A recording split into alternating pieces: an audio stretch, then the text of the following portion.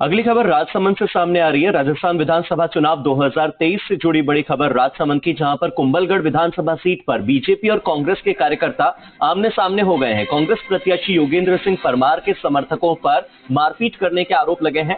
BJP के प्रत्याशी सुरेंद्र सिंह राठौड़ के समर्थक मदन सिंह के साथ कांग्रेस कार्यकर्ताओं ने मारपीट की है।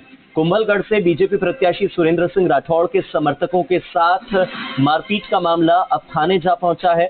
बीजेपी प्रत्याशी सुरेंद्र सिंह राठौड़ ने केलवाड़ा थाने में एफआईआर दर्ज करवाने की कोशिश की है।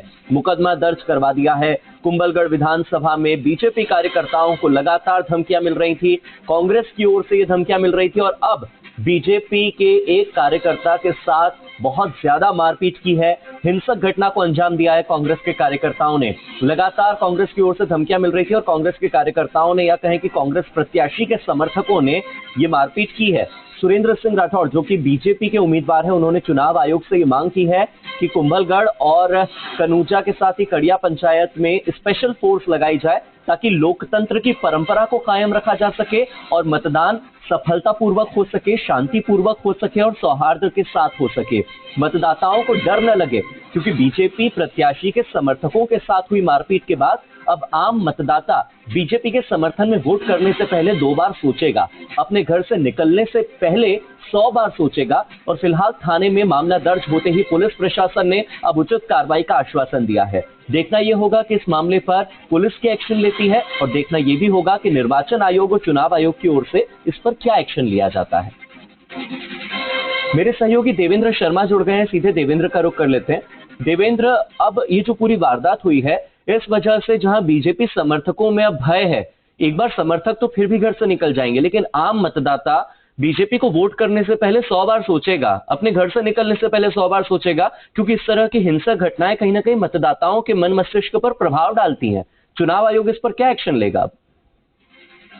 जी, मैं जानकारी देना चाहूंगा। ये जो पूरा मामला है कुंभलगढ़ विधानसभा सीट का है, जहां पर भाजपा और कांग्रेस के जो कार्यकर्ता है वो देर रात में आमने सामने हुए हैं। इस पर भाजपा के जो प्रत्याशी है सुरेंद्र सिंह राठौड़, वह सुबह अपने समर्थकों के साथ थाने पहुंचते हैं, केलवाड़े थाने, और जब तक उनको एफआईआर की कॉपी नहीं मिलती है तब तक वह थाने से नहीं उठते हैं और मामला दर्ज करा देते हैं। वहीं सुरेंद्र सिंह राठौड़ ने आरोप लगाया है कांग्रेस प्रत्याशी योगेंद्र सिंह परमार के समर्थकों पर। उन्होंने कहा है कि हमारे कार्यकर्ताओं को डराया, धमकाया और कल रात को उन्होंने कहा है कि मारपीट भी की गई है। उनको हर तरीके का प्रलोभन दिया जा रहा है उनके समर्थकों को कि हमारे साथ आए, नहीं तो इस तरीके की वारदात ये आज सामने आ गई है और मामला दर्ज करा दिया है। वहीं कुंभलगढ़ से जो प्रत्याशी है सुरेंद्र सिंह राठौड़, उन्होंने ये चुनाव आयोग से ये भी मांग की है कि कनूजा और कनड़िया पंचायत है वहां पर स्पेशल फोर्स लगाई जाए ताकि लोकतंत्र की परंपरा को कायम रखा जाए।